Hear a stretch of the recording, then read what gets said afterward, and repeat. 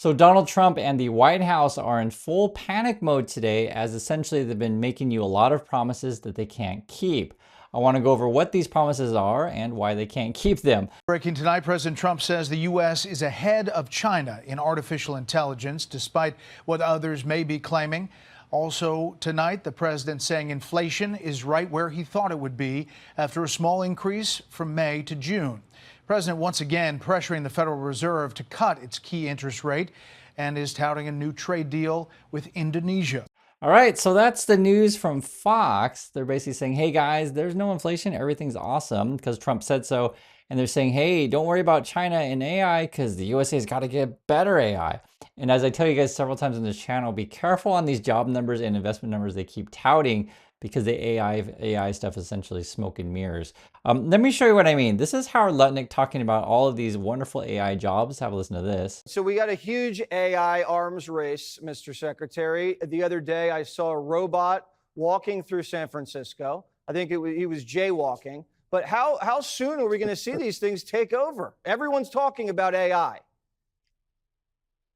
Well, look, AI is going to help us create advanced manufacturing in America, right? So we're bringing in all these trillions of dollars of investment, and we're going to need 5 million workers to build these factories and work in these plants, the AI plants, the fabs for semiconductors, the pharmaceuticals, they're all coming home. And we need automated plants to help us because, let's face it, those 5 million people, we've got 5 million people to go to work in these factories. We don't have 50 million. So we need the automation to take this $15 trillion and really reshore manufacturing back to America. And when are we going to start cutting these ribbons on these big, big investment projects? We've got a lot of great announcements, a lot of money, but when do they break ground? Right? And if we're supposedly having this trillions of dollars coming in, that is a key question. Like, where are these factory guys? And this is a question I pose to you. If you're in the USA right now and there's a big, new AI factory, please let me know. I want to hear about it, because I promise you, if these things did indeed exist, Trump would literally be there digging the hole in the ground saying, hey guys, look how awesome all these jobs are. This is why this is all phantom. And I know this stuff too as well, because if you read reports regarding this trillions of dollars supposedly coming in the USA, what it is there's a lot of people in the Middle East that have promised Trump, hey, over 10 years, we're going to invest in USA. And then Trump will tell them at the dinner table, will say, the numbers you're saying in public aren't big enough. You got to make it bigger. And they'll say, okay, fine, we'll just double the number. It doesn't mean the money's actually coming in. It's just, they're just pledging to give all of this money. And then the other issue, I mean, you hear them say it, they kind of say two things at the same time. They say they're going to have 5 million jobs supposedly building these factories or working in these factories. And then he starts talking about these factories are going to be automated. Like, a lot of this stuff doesn't add up if you guys listen to what they're saying. Like, the longer you listen to it, you're like, wow, Lutnick guy is a used car salesman, or I guess you could say a used AI salesman. Oh, I get invited to these things all the time. I mean, if I went to these ribbon cuttings, so basically what's happening now is they're starting to move dirt, right? They're clearing fields, they're doing dirt. You had Micron, which went to $200 billion investment in memory bandwidth, semiconductor memory, building in Boise, Idaho, just job after job after factory after factory. They're coming, and they're coming now. So I would say 1 year from today, you're going to see more than 1% GDP growth just from Donald Trump's plans of bringing in these factories, and building these factories in America is going to add more than 1% GDP growth. Wait.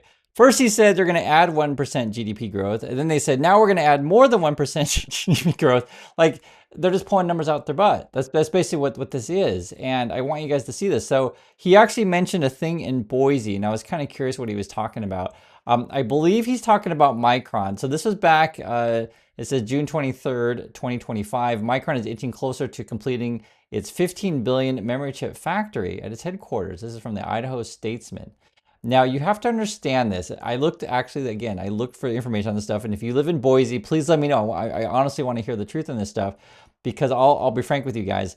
There's a lot of what appears to be sort of fakey websites out there, and the job numbers and the investment numbers are all over the map. So this particular one says Idaho Statesman, 15 billion Micron. This is something else that says, see the staggering amounts of steel and concrete going into Micron's new plant. This is from last year. And this was actually quoting Micron saying 2,000 jobs and then theoretically 15,000 indirect jobs. However, there were other websites, which I'll just say this, that are very questionable in nature, that were saying even more. They were saying something like, this was saying 2,000 new jobs, but then 17,000 direct jobs. But some of these I questioned, because then this one said 200 billion in, then this was the more fakey one. It felt like 200 billion now suddenly, and then it gets pumped up to 90,000 direct and indirect jobs.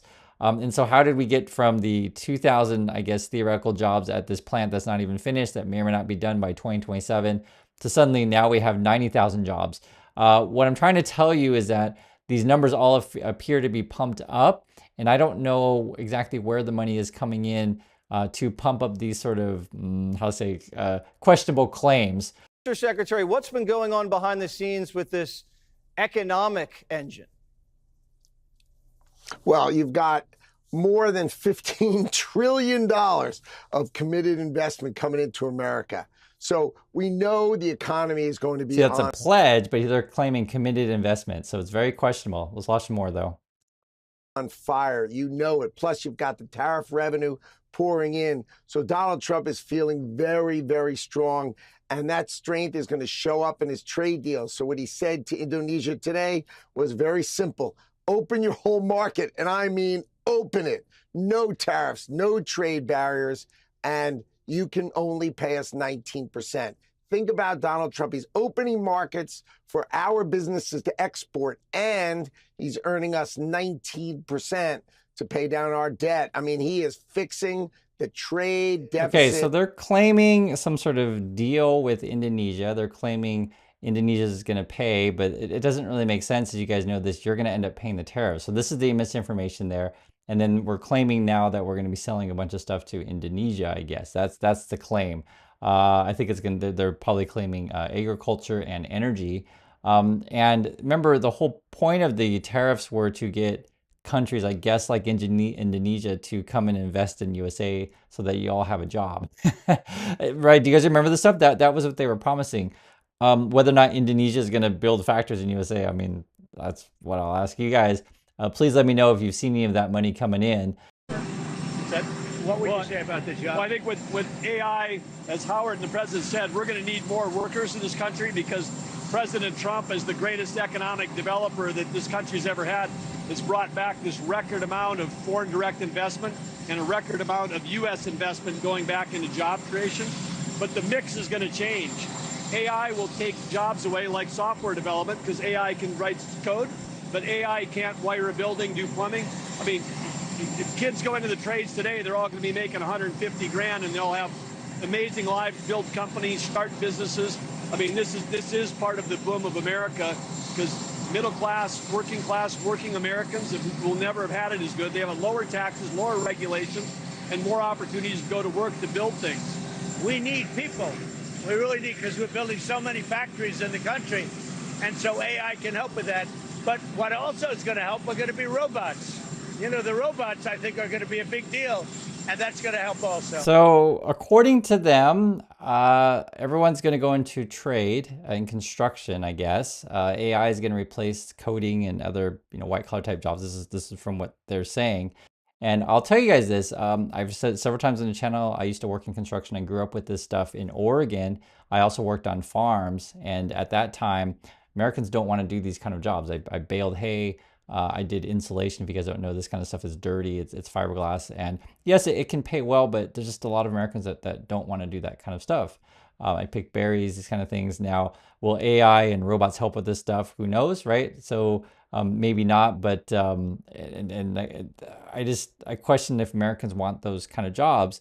Now, the whole point of the Trump people is they're kicking out many of the immigrant workers who do these things, be it roofing, working at farms, et cetera. And our Americans, is that what they want?